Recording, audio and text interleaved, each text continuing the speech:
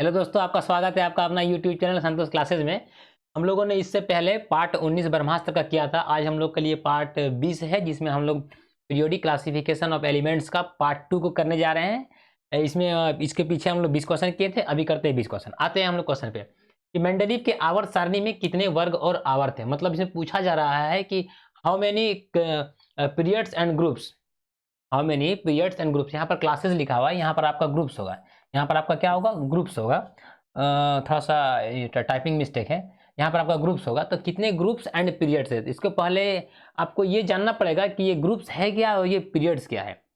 जब मेंडलीव ने अपने आवर्त सारणी को सजाया था तो उन्होंने बताया था कि जो भी आपका जो वर्टिकल जो कॉलम्स है, जो आपका वर्टिकल जो कॉलम्स है, वर्टिकल कॉलम्स और हॉरिजॉन्टल लाइंस, हॉरिजॉन्टल रोज बोलिए और एक वर्टिकल कॉलम्स बोलिए। जो आपका जो वर्टिकल जो कॉलम्स है उसको उन्होंने ग्रुप्स कहा था। जो वर्टिकल कॉलम्स है, आप समझिएगा, कंफ्यूज बिल्कुल मत कीजिएगा। ये जो आपका है, ये सब ये आप इस तरह को जो देख रहे हैं यहाँ से यहाँ तक पूरा, इसको हम लोग पूरा क्या क्या कहते हैं, ग्रुप्स कहते हैं। और आपका जो ये जो हॉरिजॉन्टल जो आपका रोज है, हॉरिजॉन्टल जो रोज है, इसको टोटल को इन्होंने पीरियड्स कहा, मतलब आवर्त कहा।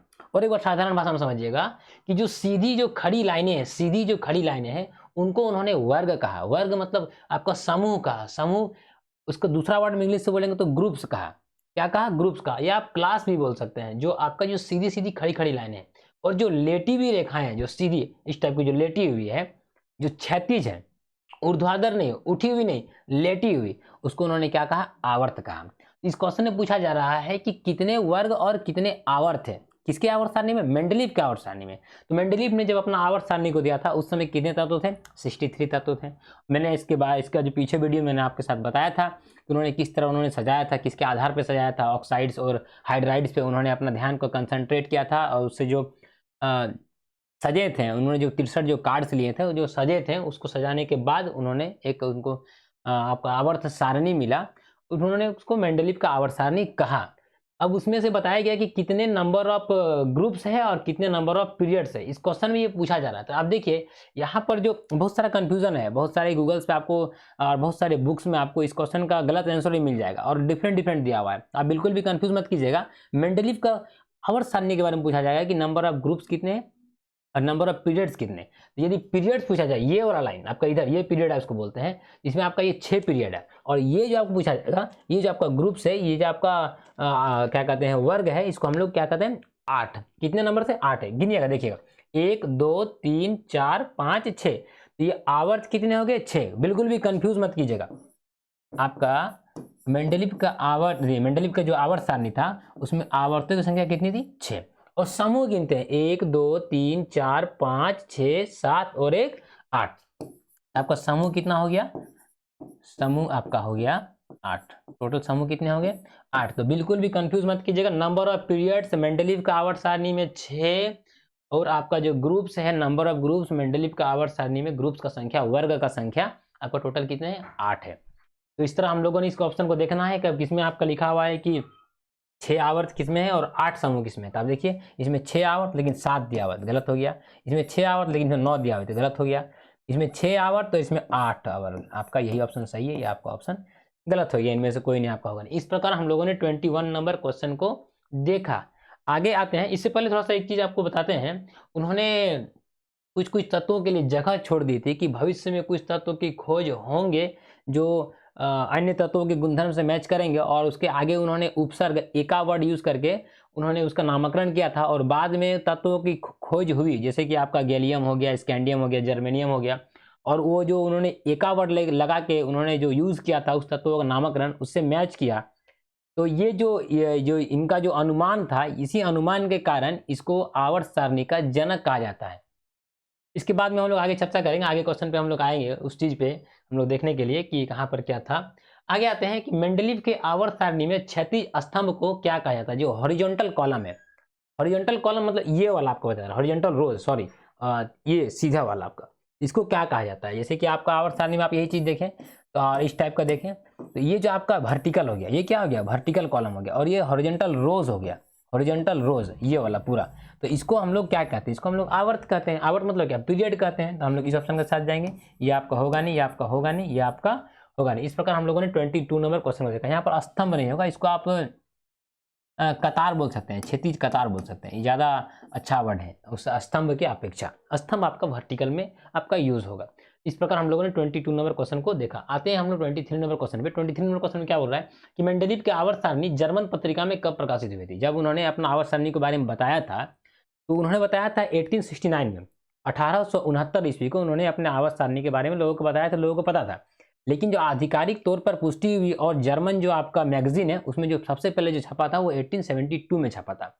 कंफ्यूज एकदम नहीं करना है, 1869 में उन्होंने अपना आवर्त सारणी के बारे में बताया, 1872 में आधिकारिक तौर पर ऑफिशियली उसको सिद्ध मतलब साबित कर दिया गया कि दैट इज मतलब ये सही है, और उसको जर्मन जो मैगजीन है उसमें उसको जगह दिया गया और उसके बारे में बताया कि उस दिन से वो लागू हो गया। 1872 कब? जर्मन पत्रिका में, जर्मन मैगजीन में कब छपा था? 1872 में। तो ये आपका होगा नहीं, ये आपका होगा नहीं, ये आपका होगा नहीं। आते हैं अगले क्वेश्चन पे।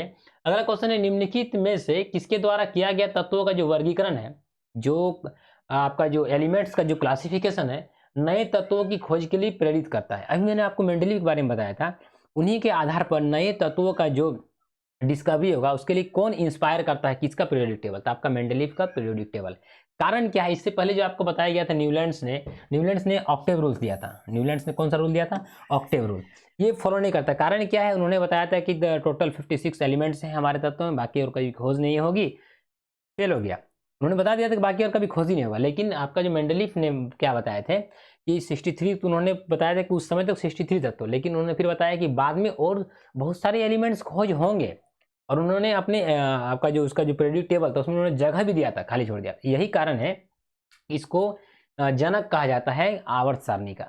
तो कौन इंस्पायर करता है कि मतलब नए तत्वों का खोज होगा, कौन इंस्पायर करता है? आपका मेंडलीव का आवर्त सारणी। ये मोजले कौन है? तो मोजले ने ये आधुनिक आवर्त सारणी दिया। जो आधुनिक आवर्त सारणी जो परमाणु संख्या के आधार पर सजाया गया है, जो इंक्रीजिंग एटॉमिक नंबर के आधार पर उसको सजाया गया है, वो आपका मोजले ने सजाया। तो ये आपको समझ में आ गया, एकदम आपको कंफ्यूज नहीं करना है। मोजले ने 1913 में उन्होंने जो पीरियोडिक टेबल जो सजाया था, उन्होंने एटॉमिक नंबर का इंक्रीजिंग नंबर पे। सर ये इंक्रीजिंग नंबर, एटॉमिक नंबर ये है क्या कि जो प्रोटॉन का संख्या किसी भी तत्व में होता है, that is called atomic number. मतलब प्रोटोनों की संख्या को हम लोग परमाणु संख्या कहते हैं। यस सर, तो इलेक्ट्रॉनों की संख्या को नहीं कहते हैं क्या? नहीं, इलेक्ट्रॉन की संख्या नहीं कहते। कारण यही है कि इलेक्ट्रॉन बाहर जाते रहते हैं और अंदर आते रहते हैं, मतलब इलेक्ट्रॉन का त्याग और ग्रहण होते रहता है, जिसके कारण नंबर ऑफ इलेक्ट्रॉन चेंज होते रहते हैं किसी भी एलिमेंट का, लेकिन नंबर ऑफ प्रोटॉन्स कभी भी चेंज नहीं होता है। यही कारण है कि प्रोटोनों की संख्या को ही हम लोग परमाणु संख्या कहते हैं।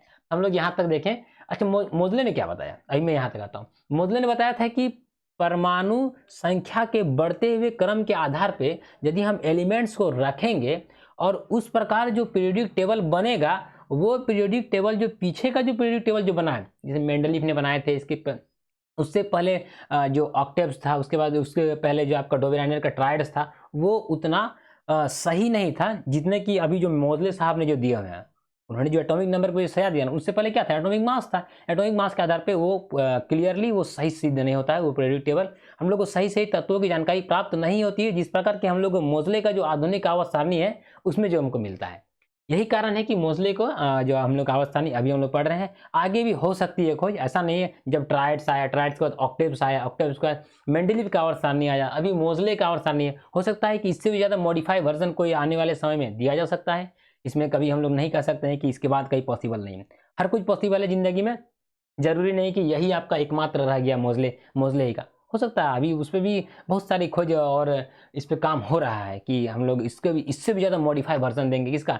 पीरियोडिक क्लासिफिकेशन ऑफ एलिमेंट्स की, ताकि लोगों को ये जानने में सुविधा हो कि कौन सा तत्व का गुणधर्म क्या है, कौन किस तरह बिहेव करता है, सब कुछ। अभी तो हम मोजले पढ़ रहे हैं। आगे क्या है कि मेंडलीव ने क्या बताया था, जो आपको बताएं कि एक्चुअली में ये इन्हीं ने जो आपका जो आवर्त सारणी दिया था ना, इन्हीं ने जगह आपका छोड़ा था, जो अभी आपको बताएं, और इन्हीं के द्वारा नए तत्वों की खोज का इंस्पिरेशन मिलता है, जो आपका जो मॉडर्न पीरियोडिक टेबल बना। तो एक्चुअली में आंसर आपका ये मेंडलीव होगा। मेंडलीव का आवर्त सारणी बनने के कारण ही हम लोग अभी आधुनिक आवर्त सारणी को देख रहे हैं।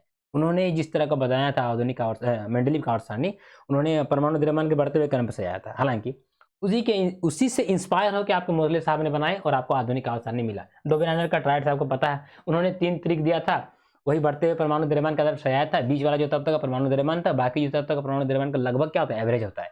उन्होंने ट्राइड्स यही दिया था, उन्होंने 3 ट्रिक दिया था। बिल्कुल भी कंफ्यूज बिल्कुल नहीं करना है। आगे आते हैं कि 25 नंबर क्वेश्चन में कौन सा तत्व मेंडलीव की आवर्त सारणी में इका एल्युमिनियम की जगह लेता है। मैंने आपको अभी जस्ट इसके पहले बताया कि उन्होंने ये बता दिया कि आगे आने वाले कुछ समय में कुछ तत्वों की खोज होगी जो इन तत्वों से, कौन तत्वों से, एक तत्व के बगल में जगह छोड़ दिया। एक तत्व के बगल में जगह छोड़ दिया, इसका मतलब क्या है कि जैसे कि उन्होंने बोरोन के जगह में, देखिएगा, उन्होंने बोरोन के बगल में जगह छोड़ दिया और उसके आगे में क्या लगा दिया, इका बोरोन, इका बोरोन लगा दिया। और उन्होंने क्या बताया कि जो बोरोन का जो गुणधर्म है उसके बगल में जो तत्वों का खोज बाद में होगा वो आपका बोरोन से ही मैच करेगा, मतलब लगभग, इसीलिए उन्होंने एका वर्ड करके उसका नामकरण कर दिया। और वो जो बाद में जो आपका तत्व आया जिसको हम लोग अभी स्कैंडियम बोलते हैं, अभी हम लोग क्या उसको बोलते हैं, स्कैंडियम, स्कैंडियम। इसी स्कैंडियम का गुण आपका इका बोरोन से मैच करता है। इका बोरोन क्या था, उन्होंने बोरोन के बगल में एक जगह छोड़ दिया था। उन्होंने बताया था कि फ्यूचर में आपका कोई तत्व का खोज होगा जो बोरोन के गुणधर्म से मैच करेगा, लेकिन उन्होंने क्या नाम दे दिया, एक साधारण सा नाम आपका इका बोरोन दे दिया। उन्होंने बताया था कि ये नाम रहेगा नहीं, आपका आगे आने वाले तत्वों के अनुसार, उसका खोज के अनुसार उसका नाम पड़ेगा। तो बोरोन का नाम किससे पड़ा आपका, बोरोन, आपका जो स्कैंडियम आया वो इका बोरोन से पड़ा। बोरोन को दिखाकर इका बोरोन दिखाया और इका बोरोन के जगह पे क्या आया, स्कैंडियम आया। उस तरह उन्होंने और भी दो बताए थे, आपका इका एल्युमिनियम और इका सिलिकॉन, याद रखिएगा, ये बहुत बार एग्जाम में पूछा गया है।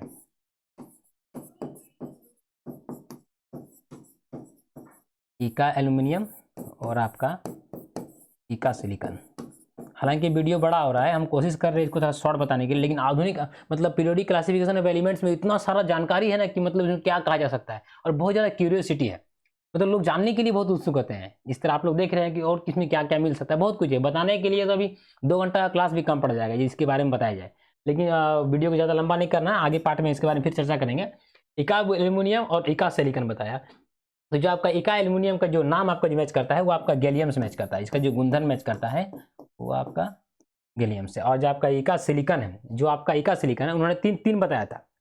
उन्होंने क्या बताया, 3 बताया था। जो आपका इका सिलिकॉन है वो आपका जर्मेनियम से मैच करता है, इसे मैच करता है जर्मेनियम से। तो इस प्रकार उन्होंने एका वर्ड का यूज किया और बाद में तत्वों का खोज हुआ, उसको बिना छेड़े ही उस तत्वों को उसके बगल में रखा गया। जैसे कि आपको और एक समझाते हैं, जैसे कि एल्युमिनियम यदि क्लोरीन के साथ अभिक्रिया करके कोई तत्व बनाएगा तो क्या बनाएगा, AlCl3। उन्होंने क्या नाम दे दिया था इसके जगह में, इका एल्युमिनियम, मतलब उसका बगल में उसका नाम क्या पड़ा आगे, जब हम लोग तत्व खोज हुआ तो गैलियम। तो गैलियम जो क्लोरीन के साथ जो आपका जो यौगिक बनाएगा वो आपका GaCl3। इस प्रकार आपका देखिए, आपको ये एल्युमिनियम और ये गैलियम दोनों का गुणधर्म मैच कर रहा है क्या नहीं, क्लोरीन के साथ किस तरह यौगिक बना रहा है और गैलियम भी क्लोरीन के साथ कैसा सेम बना रहा है क्या नहीं। तो इस प्रकार उन्होंने बताया था कि आगे आने वाले तत्व जो आपका गैलियम होगा, जिसका नाम अभी हम इका एल्युमिनियम रख रहे हैं, जो हम अभी इसका नाम इका एल्युमिनियम रख रहे हैं, वो आपका एल्युमिनियम से मैच करेगा। इस प्रकार आपका ऑक्सीजन के साथ आपका करके देख लीजिए। तो ऑक्सीजन के साथ एल्युमिनियम क्या बनाता है, Al2O3। गैलियम क्या बनाएगा, क्या कहते हैं ऑक्सीजन के साथ, Ga2O3, गैलियम ऑक्साइड। मैच किया क्या नहीं। इस प्रकार उन्होंने फ्यूचर में होने वाले तत्वों का अनुमान लगाया था कि ये तत्व आपका होंगे। तो ये क्या हो गया आपका, इका एल्युमिनियम। इका एल्युमिनियम किससे मैच करता है, आपका गैलियम से। स्कैंडियम होगा नहीं, टाइटेनियम होगा नहीं, जर्मेनियम होगा नहीं। यहाँ पर आपको मैंने तीनों बता दिया, आप इसको देख के नोट डाउन कर सकते हैं। आगे आते हैं हम लोग 26 नंबर पे। आगे आने से पहले मैं आपको एक चीज़ का जानकारी देना चाहता हूँ। एक ऑफिशियल अनाउंसमेंट है कि हम लोग अब आने वाले समय में लगभग 1 वीक के अंदर हम लोग झारखंड का क्लासेस ला रहे हैं। अभी तक मुझे नहीं लगता है कि यूट्यूब पे झारखंड के लिए कंप्लीट क्लासेस का वीडियोज़ है, पार्ट 1 से लेके कंप्लीट झारखंड का। मैं कोशिश करूंगा कि आप लोगों के लिए एकदम कंप्लीट विद कंसेप्ट झारखंड का क्लास 1 से लेकर आपको कंप्लीट, जब तक झारखंड पूरा ना हो जाए तब तक मैं कोशिश करूंगा आपको पार्ट वाइज वीडियो अपलोड करता रहूं, कि ताकि आप लोग उसको देखकर, आपको उसको अच्छे से समझ कर, आप मेरे साथ डिस्कस करके उसको अच्छे तरीके से समझें कि झारखंड का यदि कोई भी आपका एग्जाम हो, या JSSC का CGL हो, या फिर झारखंड पुलिस हो, या झारखंड से रिलेटेड आपको किसी भी प्रकार का एग्जाम हो जिसमें झारखंड से ऑब्जेक्टिव क्वेश्चन पूछे जाते हैं, उसको देखकर आप ज़्यादा से ज़्यादा लाभ ले सके। और मैं आप लोगों के लिए बहुत अच्छे तरीके से वीडियो लाऊंगा। आगे आता हूँ 26 नंबर में। आधुनिक आवर्त सारणी के तत्वों के गुण आवर्त फलन होते हैं, जिसका जो पीरियोडिक फंक्शंस होता है ना, वो किस प्रकार चेंज होता है। अभी जो आपका जो मॉडर्न पीरियोडिक टेबल है, तो वो मॉडर्न पीरियोडिक टेबल हम कैसे सजाएं, एटॉमिक नंबर का बढ़ते हुए क्रम पे। तो जिस तरह आपका एटॉमिक नंबर बढ़ता जाएगा उसका जो फंक्शन है, उसका जो प्रॉपर्टीज है, उस तरह उसका चेंज होता जाएगा। यदि एटॉमिक नंबर बढ़ रहा है तो हो सकता है कि इलेक्ट्रोपॉजिटिविटी बढ़ता जाएगा या घटता जाएगा। हो सकता है एटॉमिक नंबर बढ़ रहा है तो हो सकता है कि उसका जो एटॉमिक साइज या तो बढ़ता जाएगा या तो घटता जाएगा। मतलब ऐसा नहीं है कि एटॉमिक नंबर बढ़ रहा है तो एक बार बढ़ेगा एटॉमिक साइज, फिर घटेगा, फिर बढ़ेगा, फिर घटेगा, नहीं। मतलब बढ़ रहा है एटॉमिक नंबर तो एटॉमिक साइज भी बढ़ता जाएगा या तो घटता जाएगा, निरंतरता। इसको बोलते हैं हम लोग पीरियोडिक फंक्शन। मतलब एक नियमित अंतराल पे या तो बढ़ता जाए या तो घटता जाए, उसी को हम लोग कहते हैं पीरियोडिक फंक्शन। तो जो आपका पीरियोडिक फंक्शन हम लोग देखने को मिलता है आधुनिक आवर्त सारणी में, वो किस आधार पे कि सर वो परमाणु द्रव्यमान है या फिर परमाणु संख्या है या फिर कोई कुछ और है। तो इससे पहले जो मेंडलीव तक था तो वो परमाणु द्रव्यमान था कि जिस तरह परमाणु द्रव्यमान बढ़ रहा था तो तत्वों का जो गुणों में जो पीरियोडिसिटी है, जो मतलब आवर्तिता है, वो हम लोग देख रहे थे, या तो बढ़ रहा था या तो घट रहा था। आधुनिक आवर्त सारणी में क्या है, एटॉमिक नंबर के आधार पर हम लोग सजाए हैं। एटॉमिक नंबर जो आपको सबसे कम वाला शुरू रखें, हाइड्रोजन का 1 है तो शुरू में रख दिया, उसका हीलियम उसके बाद रखें, फिर लिथियम, फिर बोरॉन, फिर इस तरह करके हम लोग hydrogen, helium, lithium, beryllium, boron, carbon करके धीरे धीरे धीरे धीरे एटॉमिक नंबर के बढ़ते हुए क्रम पे सजाएं। और बढ़ते हुए क्रम के आधार पर सजाएं तो हम लोगों ने देखा कि जो उसका जो गुण है उसमें पीरियोडिसिटी पाया जाता है, मतलब आवर्तिता देखी जा रही है। इसके आधार पर सर वो परमाणु संख्या के बढ़ते हुए क्रम पे आपको यहाँ पे देखना है, यहाँ क्या लिखा, परमाणु द्रव्यमान। परमाणु द्रव्यमान के आधार पर किन्होंने, मेंडलीव ने बताया था, आपका ऑप्शन होगा नहीं। परमाणु आकार के बढ़ते हुए क्रम में, ये गलत है। आपको परमाणु आकार के आधार पर हम लोग कोई भी आधुनिक या फिर आपका मेंडलीव का आवर्त सारणी सजाए नहीं है कि सर आकार के आधार पे, आकार नहीं आपका द्रव्यमान के आधार पर सजाए थे। उसका परमाणु संख्या के बढ़ते हुए क्रम में, मतलब increasing order of atomic numbers, ये आपका सही है, इनमें से कोई नहीं आपका होगा नहीं। इस प्रकार हम लोगों ने देखा कि हम लोग किस प्रकार परमाणु संख्या के बढ़ते हुए क्रम पर सजाएं, तो किस प्रकार हम लोग आधुनिक आवर्त सारणी मिला, जिन्होंने 1913 में मोइले साहब ने दिए थे। आगे आते हैं, आधुनिक आवर्त सारणी किसके नियम पे आधारित है। आधुनिक आवर्त सारणी किसके नियम पर आधारित है, तो आपका डोबेराने के नियम पर आधारित है नहीं। आधुनिक आवर्त सारणी किसके नियम पर आधारित है, मेंडलीव का आपका है नहीं, मेंडलीव ने आपका परमाणु द्रव्यमान का आधार लिया था। तो आधुनिक जो आवर्त सारणी वो आपको मोइले साहब ने दिए, तो उन्हीं के नियम पर आधारित है। इस प्रकार ये बहुत ईजी क्वेश्चन था, इसको ऐसे ही यूं ही डाल दिया गया। आगे आते हैं, आधुनिक आवर्त सारणी में कितने वर्ग और आवर्त है। आधुनिक में, इससे पहले मेंडलीव में हम लोग क्या पढ़े थे, 6 वर्ग पढ़े थे, नहीं। आधुनिक आवर्त क्या कहते हैं, मेंडलीव आवर्त सारणी में हम लोग 8 वर्ग पढ़े थे, 8 ग्रुप्स, 8 समूह पढ़े थे। लेकिन आवर्त पीरियड कितने पढ़े थे, 6 पढ़े थे। लेकिन आधुनिक में पूछ रहा है, तो आधुनिक में आपको देखना है कि कितने आपका जो ग्रुप्स पाए जाते हैं और कितने पीरियड्स पाए जाते हैं। तो आपका जो पीरियड्स पाए जाते हैं वो आपका 7 पाया जाता है, और नंबर ऑफ जो ग्रुप्स है, जो आपको कॉलम्स है, आपको कितना है टोटल, 18 है। आपका ये ऑप्शन जाएंगे हम लोग, ये आपका होगा नहीं, ये आपका होगा नहीं, ये आपका होगा नहीं। आगे आपको अभी एक पीरियोडिक टेबल लेके आपको समझाएंगे, जिसमें आपको बहुत अच्छे तरीके से आपको समझ में आएगा। आते हैं क्वेश्चन नंबर 29 पे, निम्नलिखित में से कौन सा कथन गलत है, मतलब विच ऑप्शन, मतलब जो आपका ऑप्शन है इसमें से कौन सा रॉन्ग है। ये क्वेश्चन बताने से पहले मैं आपको एक पीरियोडिक टेबल पे लेके जाता हूँ, वहाँ पे हम आप लोग के साथ एक बृहद चर्चा करते हैं। ये आपका पीरियोडिक टेबल है। इससे पहले को देखिए, वो आपका था और एक क्वेश्चन है, आधुनिक आवर्त सारणी पहले समूह तत्व तो क्या कहा जाता है। ये सारा का आंसर मिल जाएगा, अभी मैं इसके बारे में चर्चा करता हूँ। इसको आप थोड़ा ध्यान से देखिएगा। ये आपका आधुनिक आवर्त सारणी है, किसने दिए हैं, मोसले साहब ने दिए हैं। कब दिए हैं, 1913 में दिए हैं। ये पहला चीज है। दूसरा, किसके आधार पे सजाए थे, तो परमाणु संख्या के आधार पे। किसके आधार पे, परमाणु संख्या के आधार पे, बढ़ते हुए क्रम पे, याद रखिएगा, बढ़ता हुआ, इसलिए थोड़ा सा लिख दे रहे, कंफ्यूज नहीं करना है। बढ़ता हुआ परमाणु संख्या के आधार पर सजाया था। कितने ये नंबर, अब ये आपका जो कॉलम्स देख रहे हैं और जो रोज देख रहे हैं, जो कॉलम्स है उसको हम लोग ग्रुप्स बोलते हैं, जिसको हम हिंदी से कहते हैं समूह या वर्ग कहते हैं, समूह कहते हैं या वर्ग कहते हैं। तो जो आपका हॉरिजॉन्टल जो रोज है उसको हम लोग क्या कहते हैं, पीरियड्स। उसको हम लोग हिंदी से क्या कहते हैं, आवर्त कहते हैं। ये कितने हैं टोटल, देखिए 1 2 इस तरह गिनते जाइएगा, टोटल कितना है, 18। तो वर्ग कितना है टोटल, इसको हम लोग ग्रुप्स बोलेंगे, तो आपका 18 है। आवर्त कितना है, जिसको हम लोग पीरियड्स बोलेंगे, कितना है, 7। ये हम लोग यहां तक अभी 4 चीज जाने। आगे सर अब और कुछ भी इसमें चीज है क्या, हाँ देखिएगा, ये आपका पहला ग्रुप है, ये आपका दूसरा ग्रुप है, ये तीसरा चौथा। देखिए पहला ग्रुप को देखिए और आप 18वां ग्रुप के देखिए, कितना कितना तत्व है, इसमें 8 है, इसमें 8 है ना। उसके बाद आप दूसरा से देखिए, दूसरा 13 14 15 16 17, मतलब आप एक जनरल से देखिए कि आपका एक नंबर में और आपका 18 नंबर में, 1 में और 18 नंबर का ग्रुप में कितने तत्व हैं? 7। आपका 2, 13, आपका 14, आपका 15, 16 और 17 में कितने तत्व हैं? देखिए 1, 2, 3, 4, 5, 6। कितने हैं आपका? 6। यहां तक एक जनरल सा जान गए। आगे क्या है? इसको हम लोग पहला आवर्त बोलते हैं, इसका दूसरा आवर्त बोलते हैं, इसको तीसरा आवर्त बोलते हैं। पहले आवर्त में कितना है तत्व? 2।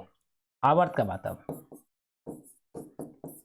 आवर्त फर्स्ट वाला में, फर्स्ट आवर्त में कितने तत्व है? 2। उसके बाद सेकंड में कितना? देखिए सेकंड में कितना, इधर 2 और 1, 2, 3, 4, 5, 6, मतलब टोटल कितना हो गया? 8। तीसरा में कितना है? थर्ड में, थर्ड में आपका फिर 8। इस तरह करके आपका चौथा देखना है। चौथा में आप देखिएगा तो 18 को आपको मिलेगा, फिर आपको चौथा और पांचवा मतलब आपको 18 मिलेगा। तो आपका फोर्थ एंड आपका फिफ्थ में कितना आपको मिलेगा? 18 एंड 18। उसके बाद आपका सिक्स्थ एंड सेवेंथ में, आपको 32 मिलेगा। ये नंबर ऑफ एलिमेंट्स हैं। ये आपका आधुनिक आवर्त सारणी है। अब ये जो आपका पहला जो ग्रुप है, ये जो पहला ग्रुप है, इसको हम लोग क्षारीय धातु बोलते हैं। क्या बोलते हैं? क्षारीय धातु, अल्कली मेटल। अल्कली मेटल क्यों सर? ये जो आपका जो ऑक्साइड्स बनाएंगे वो अल्कलाइन होंगे। ये जो दूसरा आपका है, ये दूसरा नंबर देख रहे हैं, इसको हम लोग कहते हैं क्षारीय मृदा धातु। क्षारीय मृदा धातु क्यों बोल सर इसको क्षारीय धातु बोले, इसको क्षारीय मृदा? ये आपको पृथ्वी की भूपरपट्टी में पाए जाएंगे, मतलब जमीन पे पाया जाएगा, इसलिए इसको मृदा वर्ड आ गया। ये आपका 13 नंबर, ये आपका स्टार्टिंग बोरोन से होता है। इसको हम लोग बोरोन परिवार बोलते हैं। क्या बोलते हैं? थोड़ा सा इंग्लिश क्या करते हैं, हिंदी राइटिंग थोड़ा सा मेरा गड़बड़ है, हो सकता है कि हर सही दीर्घई में आपको थोड़ा मिस्टेक होगा, आप थोड़ा इसको मैनेज कर लीजिएगा।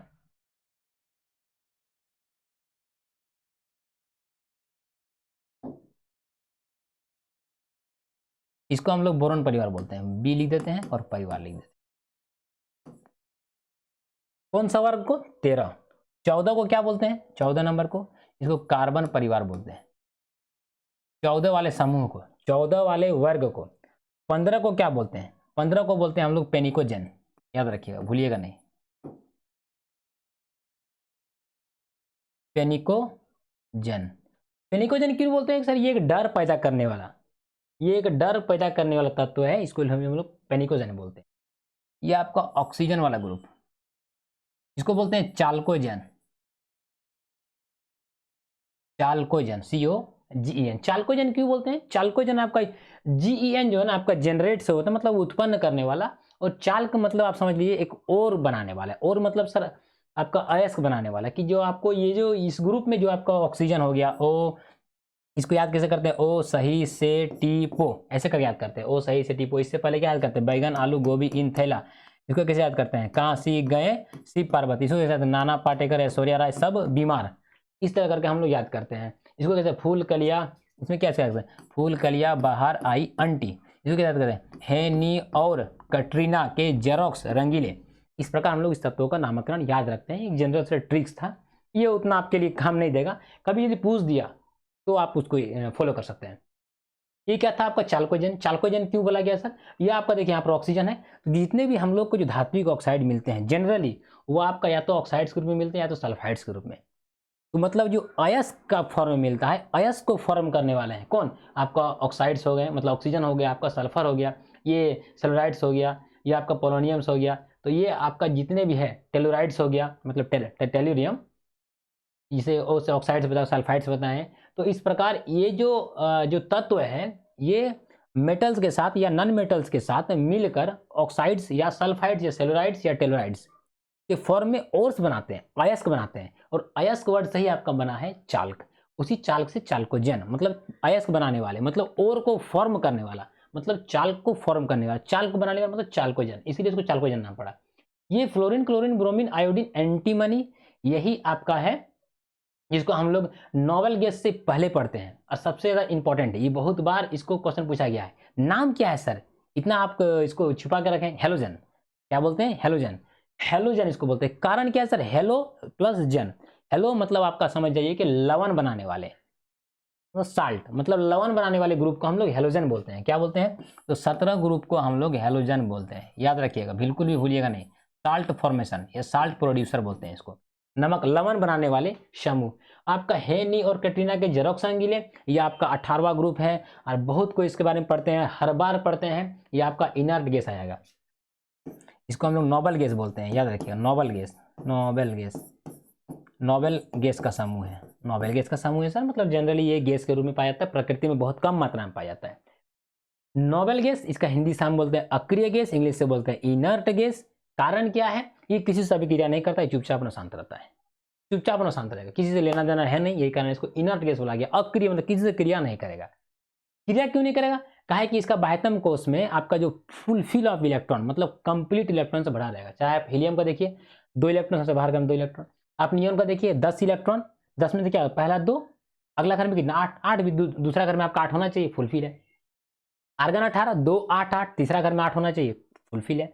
मतलब ये या तो मतलब फुलफिल से कम नहीं रहता, मतलब 1 2 3 4 5 6 7 में आपको नहीं मिलेगा, कंप्लीटली फिल मिलेगा, या तो 2 या तो 8। पहला घर में रहेगा तो 2 और लास्ट घर में रहेगा तो आपको 8। जब कंप्लीटली फिल रहेगा तो वह स्टेबल होता है, स्टेबल होता है, किसी से अभिक्रिया नहीं करता है। इस प्रकार हम लोगों ने देखा, क्या क्या देखा समझिएगा। क्षारीय धातु 1 नंबर, क्षारीय मृदा धातु 2 नंबर, 13 नंबर को बोरॉन परिवार, ये कार्बन परिवार, ये आपका क्या नाइट्रोजन परिवार भी बोलते हैं, या फिर पेनिकोजेन, इसको चाल्कोजेन, इसको क्या बोलेंगे हेलोजेन, और ये आपका इनर्ट गैस। समझ गए? अब आगे आते हैं सर, इसमें से आप इधर और भी कुछ बताने लायक का चीज़ है कि जो आपको बताना चाहते हैं, उसको आपको ट्रिक्स बता दिया वहाँ तक का। इधर का क्या बोलते हैं? ह ली ना करे रब से फरियाद, याद रखिएगा, ह ली ना करे रब से फरियाद। इसको क्या कहते हैं? बेमगज का सर बड़ा। इस प्रकार हम लोग इसको याद करते हैं। सर इसको भी से याद करने का है कि वो साइंस टीचर वेरी क्रूरल करके बोलते हैं, बहुत आप कंफ्यूज हो जाइएगा, इसलिए मैं इसको बता नहीं रहा हूँ। आगे देखते हैं। अभी हम लोग बताएं कि कौन सा ग्रुप को क्या नाम बोलते हैं। पहला चीज कितने ये सब है, कितने तत्व, ये सब बताएं। आगे ये आपका लेंथेनाइड्स है, ये आपका एक्टिनाइड्स है। टोटल लेंथेनाइड्स और एक्टिनाइड्स कितने हैं? लेंथेनाइड्स का आपका टोटल नंबर 15 है और एक्टिनाइड्स का कितने हैं? 15। टोटल मिलाकर कितने हैं? 30। पूछा गया है, बहुत बार पूछा गया है कि टोटल जो लेंथेनाइड्स का जो एलिमेंट्स है लेंथेनाइड ग्रुप में, वो कितना आपका है? आपका 15 है। एक्टिनाइड्स में कितने? एक टोटल नंबर ऑफ एक्टिनाइड्स तो आपका 15। तो टोटल कितना? 15 15 30, ये हो गया आपका। जो ये वर्ग 1 और वर्ग 2 है, वर्ग 1 और वर्ग 2, इसको एस ब्लॉक का तत्व बोलते हैं, याद रखिएगा। एस ब्लॉक एलिमेंट क्या बोलते हैं? S block element. आपका 13 से लेकर 18 है। अब यहाँ पर तो जगह नहीं है, यहाँ थोड़ा लिख देते हैं। 1 और 2 को एस ब्लॉक का तत्व बोलते हैं, और आपका 13 से लेकर 18, 13 से लेकर 18 क्या बोलते हैं? P block element.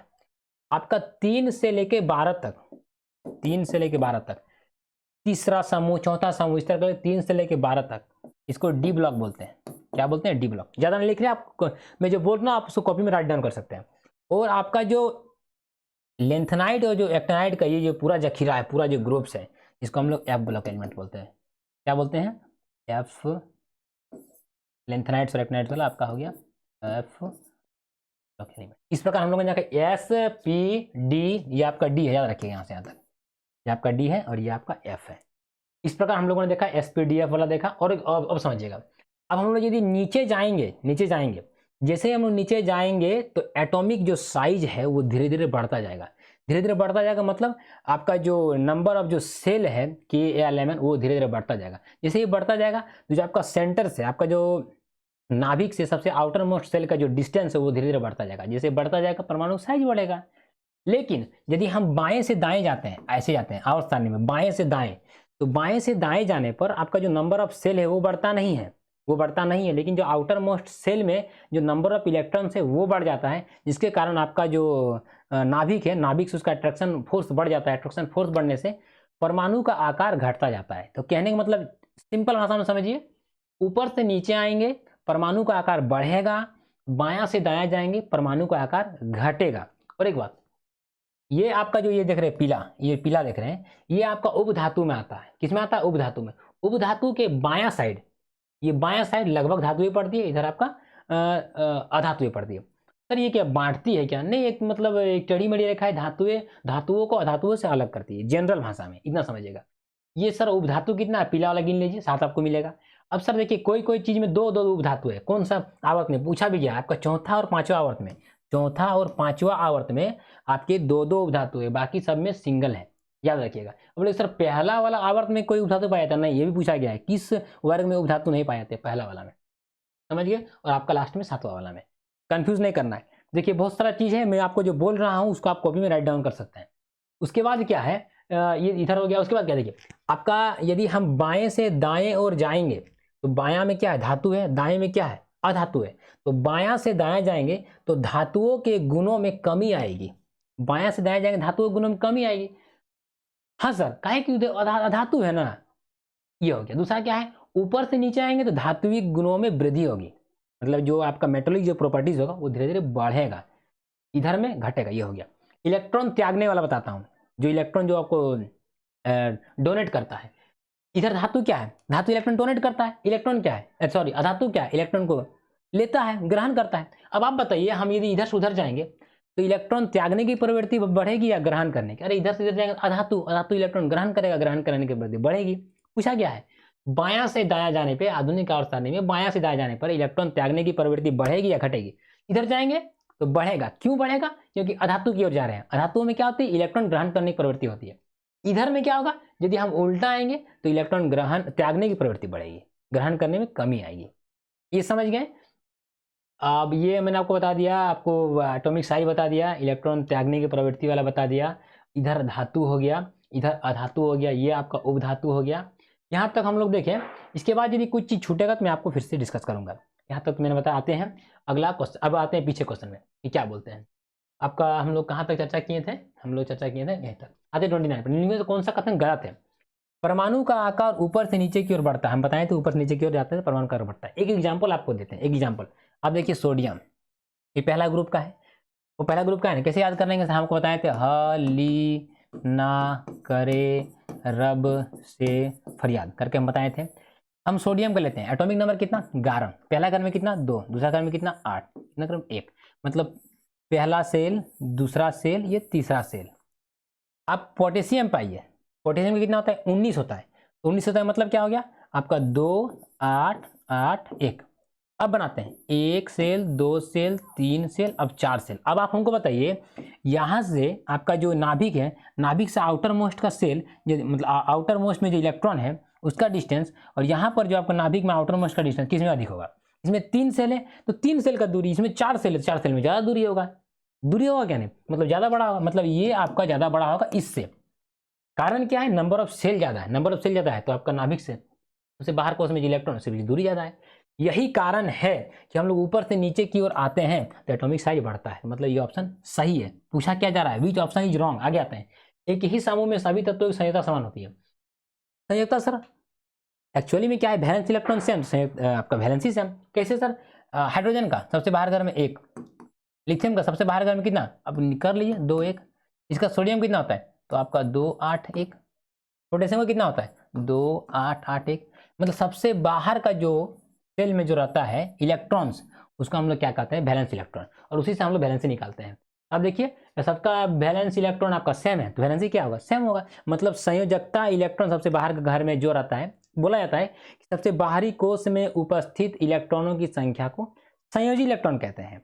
और उसी संयोजी इलेक्ट्रॉन की सहायता से हम क्या निकालते हैं, संयोजकता निकालते हैं। कैसे निकालते हैं? सबसे बाहरी कोश में यदि उपस्थित इलेक्ट्रॉन की संख्या 1, 2, 3 या 4 रहे तो संयोजकता वही होती है, और 4 के बाद रहे तो उसको हम लोग 8 से घटाकर प्राप्त करते हैं। किसको? संयोजकता को।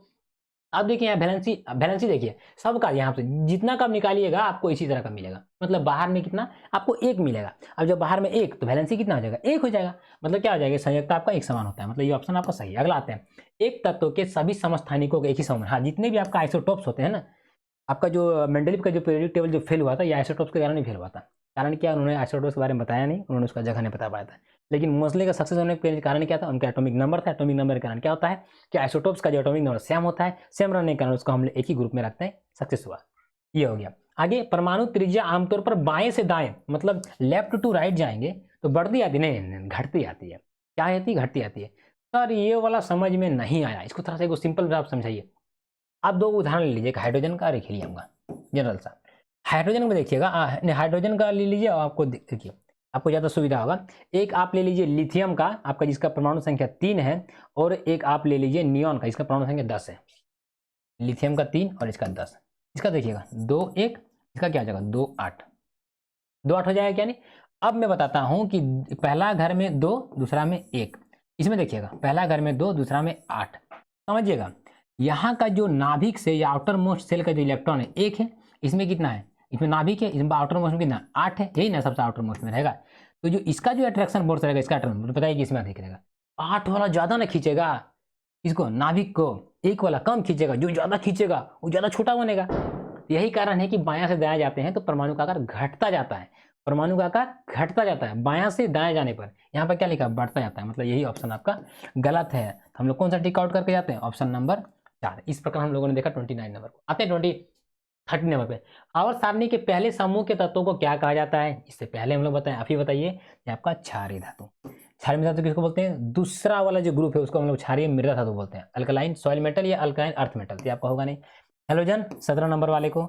इस प्रकार हम लोगों ने देखा। आगे आते हैं, इसको आपको समझा चुके हैं, जैसे बहुत सारा चीज है। आवर्त सारणी के दूसरे समूह के तत्वों क्या कहा जाता है, क्षारीय मृदा धातु, तो अल्कलाइन अर्थ मेटल। हेलोजन किसको बोलते हैं, 17 नंबर को। क्षार धातु कितना को बोलते हैं, 1 नंबर को। ये आपका होगा नहीं, इस प्रकार ये दोनों आपका होगा नहीं। आगे आते हैं अगले क्वेश्चन पे। आधुनिक आवर्त सारणी में धातुओं को कहाँ पे रखा जाता है, आप ही बताइए। हम इसमें कुछ नाप देखिए, खाली आपका ऊपर का रो में रखा गया है, ऊपर का रो में रखा गया है, मतलब ये वाला रखा गया है। टुवार्ड्स लेफ्ट मतलब बाईं ओर रखा गया, ये आपका आवर्त सारणी है। धातुओं को इधर रखा गया, इधर रखा गया है। निचली पंक्ति मतलब सिर्फ नीचे में रखा गया है, दाईं ओर मतलब इधर रखा गया है। अब मैं बताता हूँ दाईं ओर किसको रखा गया है, दाईं ओर रखा गया है आपको अधातुओं को, ये समझ गए। निचली पंक्ति में कौन से, आपका लैंथेनाइड्स और एक्टिनाइड्स हैं। सबसे नीचे में आप देखिएगा, यदि आपको आधुनिक आवर्त सारणी में, हालांकि निचली पंक्ति में धातुएं हैं, लेकिन आप सबसे नीचे आप देखिएगा तो आपको लैंथेनाइड्स और एक्टिनाइड्स मिलेंगे। ये हो गया आपका। जो बाईं ओर क्या मिलेगा, तो बाईं ओर आपको अभी हम इससे पहले चर्चा किए थे धातु मिलेगा। ऊपर पंक्ति में क्या मिलेगा सर, सबसे ऊपर चल जाइए, सबसे ऊपर आपको हाइड्रोजन मिलेगा और हीलियम मिलेगा। मतलब एक आपका जो धातु दोनों का मतलब वो तो अभी तक वो कॉम्प्लिकेशन में है, और आपका हीलियम मिलेगा जो इनर्ट गैस है, तो आपका होगा नहीं। इस प्रकार ये हुआ नहीं, ये हुआ नहीं, ये आपका बाईं ओर में आपका ये ऑप्शन आपका होगा, ये होगा नहीं, ये होगा नहीं। आगे आते हैं अगले क्वेश्चन पे कि आधुनिक आवर्त सारणी में किस समूह को निष्क्रिय गैस के रूप में जाना, सबसे लास्ट वाला 18 नंबर। मैंने आपको बताया था कि पृथ्वी पे सबसे कम मात्रा में पाया जाता है, कौन सा सर, अक्रिय गैस, इनर्ट गैस, नोबल गैस को बोलते हैं। इसमें 18 नंबर। 47 होता ही नहीं, AK-47 का यहाँ पर लिख दिया ऑप्शन। AK-47 वो बनाता होगा, क्या कहते हैं, ग्रुप बनाता होगा, और उसको याद आ गया अगर 47 कोई गन होता है, AK-47 का नाम लिख दिया। ग्रुप 15 ये आपका होगा नहीं, समूह 14 आपका होगा नहीं। आपको पता है कि कौन कौन सा किसको क्या बोलते हैं। आगे आते हैं अगला क्वेश्चन पे। हम लोग देखिए इसके, हमको जो मैं आपको ये बता रहा हूँ, मैं आप लोगों के साथ जो ये डिस्कस कर रहा हूँ गाइज, यदि आपको यदि कहीं पर इशू है आप कमेंट जरूर कीजिए, मैं इसको सॉर्ट आउट जरूर करूँगा। हालांकि इसमें बताने लायक बहुत चीज़ है। मैं जब इसको आपका जो कंटेंट वाइज जब वीडियोज़ बनाऊँगा ना, तो आपका जो हम लोग कैसे, किसको सेल बोलते हैं, किसको सब सेल बोलते हैं, किसको ऑर्बिटल बोलते हैं, किसको ऑर्बिट बोलते हैं, कैसे हम लोग इलेक्ट्रॉन का कन्फिग्रेशन करते हैं, अब बाउ प्रिंसिपल क्या होता है, आपका जो principal quantum number, azimuthal quantum number, spin quantum number क्या है, ये सब सारा चीज़ हम लोग चर्चा करेंगे। एक्चुअली क्या बताने के लिए बहुत कुछ है, लेकिन वीडियोस लंबा हो जाने के कारण, हालांकि ये MCQs क्वेश्चन है, MCQs क्वेश्चन को बताने के लिए जितना हमको थोड़ा जरूरत पड़ा मैं उतना बता रहा हूँ। इसके बाद जब जरूरत पड़ेगा, आपको यदि कंटेंट वाइड वीडियो चाहिए, जिस टॉपिक के भी चाहिए, आप कमेंट कीजिए, मैं आपको जरूर बना के दूंगा, कि ताकि आपको अपने सक्सेस में किसी भी प्रकार का इशू ना हो। आगे आते हैं आधुनिक आवर्त सारणी में समूह में सभी तत्वों के क्या समान, समूह में क्या समान होता है, संयोजी इलेक्ट्रॉन। क्या होती है संयोजी इलेक्ट्रॉन, आपको देखना है कहाँ पर, नंबर ऑफ वैलेंस इलेक्ट्रॉन, ये सेम होता है। परमाणु भार होता नहीं है। परमाणु भार क्या, हम लोग इसे जैसे जैसे हम लोग इधर जाएंगे तो आपका एटॉमिक नंबर बढ़ेगा, एटॉमिक नंबर बढ़ेगा तो एटॉमिक मास बढ़ेगा, तब सर ऊपर से नीचे आएंगे तो एटॉमिक मास तो बढ़ता ही जाएगा। आगे क्या है, न्यूट्रॉन का संख्या। न्यूट्रॉन का एक उदाहरण दे दीजिए, सबसे अच्छा है, आप एक हाइड्रोजन का ले लीजिए, एक लिथियम का ले लीजिए, ये सेम ग्रुप में पड़ता है। हाइड्रोजन का एटॉमिक नंबर 1, लिथियम का एटॉमिक नंबर 3, इसका आपका मास समझ लीजिए ना, इसका जनरल 7, इसका 1। जनरल मतलब सामान्य सा। आप देखिए कि एटॉमिक मास क्या सेम है, नहीं है, तो आपका कौन सा, ये आपका होगा नहीं। ग्रुप का बात कर रहा है, न्यूट्रॉन की संख्या। इसका न्यूट्रॉन, हालांकि इसका समस्थानिक आपका 3 समस्थानिक होते हैं, प्रोटियम, ड्यूटेरियम, ट्राइटियम। आप कौन सा ले रहे हैं उस पर डिपेंड करता है। जनरल वे में आप इसका न्यूट्रॉन आप 1 समझ लीजिए, 1 समझिए न्यूट्रॉन 1। हालांकि इसमें प्रोटियम जो आपका होता है वो आपका 0 होता है, इसका नंबर ऑफ न्यूट्रॉन्स। यदि आप इसको 1 समझते हैं तो लिथियम का आप देखिएगा कि नंबर ऑफ इलेक्ट्रॉन्स कैसे, नंबर ऑफ जो न्यूट्रॉन्स कैसे निकालते हैं। फॉर्मूला क्या होता है जो परमाणु द्रव्यमान निकालने का, कि आपका जो प्रोटॉन और जो आपका न्यूट्रॉन्स का नंबर है उसको जोड़ देंगे तो परमाणु द्रव्यमान आ जाएगा, जिसको हम लोग जेड से दिखाते हैं।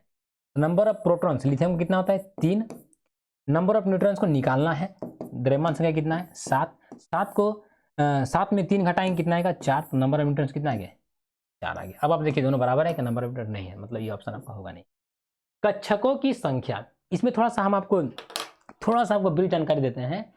ये नंबर ऑफ ऑर्बिटल्स क्या होता है, सबसे पहले KLMN, KLMN को क्या बोलते हैं, सेल बोलते हैं या ऑर्बिट बोलते हैं। ऑर्बिट या सेल होता है क्या है, जहां पर इलेक्ट्रॉन चक्कर लगाता है, जहां पर इलेक्ट्रॉन चक्कर लगाता है उस पथ को, उस रास्ते को हम लोग, उस स्थान को हम लोग क्या बोलते हैं, सेल बोलते हैं या ऑर्बिट बोलते हैं। यहाँ तक समझ में आ गया कि सर ये आपका K हो गया, L हो गया, M हो गया, N हो गया, इस तरह बढ़ते जाएंगे आगे। इस सेल में सबसेल होता है, इस सेल में सबसेल होता है। सबसेल को इससे दिखाते हैं हम लोग SPDF। सर किस सेल में कितने सबसेल होते हैं, तो आपका जो K है, K में ओनली आपका एक ही सबसेल होता है, S सबसेल। क्या होता है S। L में क्या होता है आपका SP, M में क्या होता है आपका SP और D, N में क्या होता है आपका SPD और F। अब जो नंबर ऑफ जो सबसेल है, जैसे S आपका सबसेल है, S सबसेल में कितना इलेक्ट्रॉन रह सकता है, मैक्सिमम 2 इलेक्ट्रॉन, याद रखिएगा। S में कितना रह सकता है 2, S में क्या होता है, यहाँ लिख देते हैं SPDF। S में कितने इलेक्ट्रॉन रह सकते हैं 2। P में सर कितना रह सकता है, P में आपका 6, D में कितना रह सकता है 10, F में कितना रह सकता है 14। ये कितना इलेक्ट्रॉन रह सकता है, ये क्या हो गया, यहां तक आपने जो बताया ये क्या हो गया आपका सब सेल। और KLMN को जो बताएं ये क्या बताएं आपको, सेल। अब इस सब सेल में आगे आते हैं तो हम लोग आते हैं ऑर्बिटल पे। इस पे आते हैं ऑर्बिटल पे, जिसको हम लोग कक्षक बोलते हैं। ऑर्बिटल्स किसने निकालते हैं सर, जैसे कि यहाँ पर S में कितने इलेक्ट्रॉन्स है 2, तो S आपका जो सब सेल है इसमें कितने ऑर्बिटल्स होंगे, तो जितना आपका जो इलेक्ट्रॉन्स उसका आधा, कितना ऑर्बिटल 1। P में कितना है सर 6, तो ऑर्बिटल्स कितने होंगे 3। D में कितना है 10, ऑर्बिटल्स कितने होंगे आपका 5, इसमें 14, इसमें 7। कैसे निकालते हैं इसको, आप दिखाते हैं ऐसे करके, 2 है ना, एक इलेक्ट्रॉन एक आपका एक ऐसे 3 है ना, 3 घर बनाते हैं, 3 घर, एक आपका ऐसे ऊपर, एक आपका नीचे, इस प्रकार करके हम लोग दिखाते हैं टोटल। ये हम लोगों ने आपको सिंपल मतलब बहुत जल्दी जस्ट में आपको समझाएं कि आपका K आपका सेल है, K में कितना रहता है सर 2 रहता है। इसमें L में सर कितना इलेक्ट्रॉन्स रहेंगे, तो S और P मिला दें कितना होगा आपका 8 हो गया ना। आपका M में आते हैं, M में क्या आता है आपका 3 आता है SPDF, तो SPD तो 2 6 8 और 10 18 आ गया। उस तरह N में कितना होता है, N में क्या होता है SPDF चारों होता है, तो चारों को इलेक्ट्रॉन जोड़ दीजिए, 2 6 8 8 और 10 18 18 14 32। इस प्रकार आपका K में आपका कितने, K सेल में कितने इलेक्ट्रॉन 2, L में कितना 8, M में कितना 18, N में कितना 32। हालांकि ये बहुत बड़ा है, इस पर हम लोग लगभग 3 घंटा का वीडियोस भी यदि बनाया जाए सिंपल साधारण वे में तो कम पड़ जाएगा।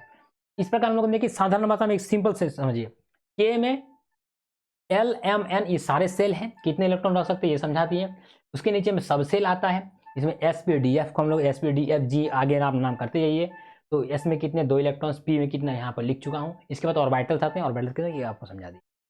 सर ये SPDF के ये आपका सोमरफील्ड आपका ये वैज्ञानिक थे, सोमरफील्ड ने SPDF के बारे में बताया था, SPDF के बारे में। हालांकि इसके बाद आप जब कीजिएगा SPDF का आपको ज़्यादा आप समझ में आएगा अबॉव प्रिंसिपल में। कि अबॉव प्रिंसिपल में क्या बताता है कि जो इलेक्ट्रॉन्स का जो फीलिंग्स है वो बढ़ते हुए ऊर्जा स्तर के आधार पर होता है, बढ़ते हुए ऊर्जा स्तर के आधार पर, मतलब जैसे जैसे हम लोग एक कक्षा से दूसरा कक्षा की ओर बढ़ते जाएंगे आपका इलेक्ट्रॉन्स का जो ऊर्जा स्तर है, एनर्जी लेवल, वो धीरे धीरे बढ़ता जाएगा। उस प्रकार हम उससे आते हैं। तो ये हम लोग इस क्वेश्चन को देखें, ऑर्बिटल भी आपको समझा दिए। तो क्या आता है कि हम लोग यदि ग्रुप में बात करेंगे तो number of orbital is not same, हमेशा सेम नहीं रहेगा। आगे, आधुनिक आवर्त सारणी में एक टेढ़ी मेढ़ी रेखा किसे अलग कर दे, धातु का धातु से, धातु का धातु से, धातु का धातु से। ये आपको होगा नहीं, आपको होगा नहीं, आपको होगा नहीं। आगे आता है अगला क्वेश्चन पे, IUPAC का पूरा नाम है IUPAC international union of pure and applied chemistry. ये आपका 1919 में सबसे पहले संस्था आई थी। ये एक इंटरनेशनल संस्था है, ये एक कौन संस्था है, इंटरनेशनल संस्था है। इसमें 8 कमेटी है जो इस IUPAC के नाम इसका मतलब कामकाज को मतलब देखरेख करती है। याद रखिए इसका काम क्या है, इसका काम है कि जितने भी तत्वों का इजाद हो रहा है, मतलब जितने तत्वों का आविष्कार हो रहा है, जितने भी यौगिक बन रहे हैं उसका नामकरण करना। इसको क्या करना, नामकरण करना, नॉमेनक्लेचर करना। कोई भी चीज़, जैसे एक बच्चा आता है हम लोग उसका पंडित जी आकर नॉमेनक्लेचर करते हैं क्या नहीं, इसका नाम आयुष, इसका नाम सलमान खान, इसका नाम अक्षय कुमार, करता है क्या नहीं। इस प्रकार हम लोग इस तरह मतलब हम लोग के पंडित जी ने मतलब नॉमेनक्लेचर करते हैं कि ह्यूमन बॉडी का। और आपका जो केमिस्ट्री के जितने भी सबस्टांस है, उसके जितने भी आपके कंपाउंड्स है, उसका नॉमेनक्लेचर कौन करता है, तो आपको एक तरह से ये पंडित जी है। कौन है, पंडित जी है। कौन? IUPAC। फुल फॉर्म क्या है? International union of pure and applied chemistry. 1919 में ये हमारे इजाद में आए थे और इसमें 8 कमेटीज हैं जो IUPAC के कामकाज को देखरेख करती है। ये एक अंतर्राष्ट्रीय संस्था है जो इसमें सरकार का उतना कंट्रोल नहीं है। अंतर्राष्ट्रीय मतलब इंटरनेशनल बॉडी है, याद रखिएगा। आगे आते हैं, इसमें क्या हो जाएगा? International union of pure and applied chemistry. यहाँ पर प्योर केमिस्ट्री आपका होगा नहीं, pure and applied chemistry, international union of, आपका ये ऑप्शन हो जाएगा। ये international union of applied chemistry लेगा, ये आपका ऑप्शन होगा नहीं, इस तरह होगा नहीं। इस प्रकार हम लोगों ने देखा। आगे आते हैं 37 नंबर, आधुनिक आवर्त सारणी में समूह 17 को क्या कहा जाता है? समूह 17 को आपको ही बताएं, हेलोजन। हेलोजन हो गया, हेलोजन गैस लिखा हुआ है, हेलोजन ग्रुप यहाँ पर होगा। हेलोजन ग्रुप क्या कहते हैं? Halogen group. या अक्रिय गैस आपका होगा नहीं, अक्रिय गैस क्यों नहीं होगा? 18 नंबर वाले ग्रुप को बोलते हैं, ये वो भी आपका होगा नहीं, आपका होगा नहीं। आगे आते हैं अगले क्वेश्चन पे, आवर्त सारणी के किस तत्व को समूह एक या समूह 17 में रखा जा सकता है? हाइड्रोजन को। कारण क्या है? हाइड्रोजन इलेक्ट्रॉन दे भी सकता है, यही कारण है उसको धातु के साथ रखा गया है। दूसरा क्या है? इसका वाइटनम कोष में एक इलेक्ट्रॉन है और ये द्विपरमाणुक अणु अधातु के सामने बनाता है। अधातु के समान नहीं, कहने का मतलब क्या है कि हेलोजन के समान। हेलोजन मतलब क्या है? क्लोरीन, फ्लोरीन, ब्रोमीन, आयोडीन, उन लोग क्या बनाता है? द्विपरमाणुक अणु। क्या बनाता है? द्विपरमाणुक अणु। है क्या? अधातु। हाइड्रोजन में क्या है? क्या अधातु? क्या बनाता है? द्विपरमाणुक अणु। रखा कहाँ जाना चाहिए? 17 में, लेकिन रखा कहाँ गया? 1 नंबर पे। कारण क्या है? धातुओं के समान इलेक्ट्रॉन को त्यागने की प्रवृत्ति है, यही कारण धातुओं के साथ इसको रखा गया है। ये आपका होगा नहीं, ये आपका होगा नहीं, ये आपका होगा नहीं। आगे आते हैं अगला क्वेश्चन पे, किसी कोष में मतलब किसी सेल में इलेक्ट्रॉन की संख्या ज्ञात करने के लिए कौन सा फॉर्मूला है? इस सर K में कितना रहेगा, L में कितना रहेगा, M में कितना रहेगा, N में कितना रहेगा? तो K में आपको बताया था कि सब सेल में कितने थे, आपका S था मतलब 1 था, L में कितना था 2 था, N में कितना था 3 था, SPD N में कितना था 4 था। नंबर ऑफ इलेक्ट्रॉन्स कैसे निकालेंगे? उसका फॉर्मूला क्या है? इसका फॉर्मूला 2n² है। N क्या है? N क्या है? Number of cells. कितने हैं इसमें? नंबर ऑफ सबसेल कितना? Number of subcell, sorry number of subcell कितना? 1 है। N के जगह 1 रख दो, यहाँ पर 2 स्क्वायर कितना जाएगा? 2। इसमें N के जगह कितना? 2 रखेंगे तो 2 का स्क्वायर कितना? 4। 4 हो गया ना, 4 गुना 2 8 हो गया। इसमें N के जगह कितना? 3, 3 का स्क्वायर कितना? 9, 3 18। इस तरह के 32। इस तरह हम लोग निकालते हैं क्या? नंबर ऑफ इलेक्ट्रॉन किसमें? सेल में। N क्या है? सबसेल का संख्या। K में कितना सबसेल रहता है? 1 क्या? S। L में क्या रहता है? 2 2 क्या क्या? S और P। M में क्या? SPD कितने हैं? 3। N में कितने? 4 SPDF हो गया।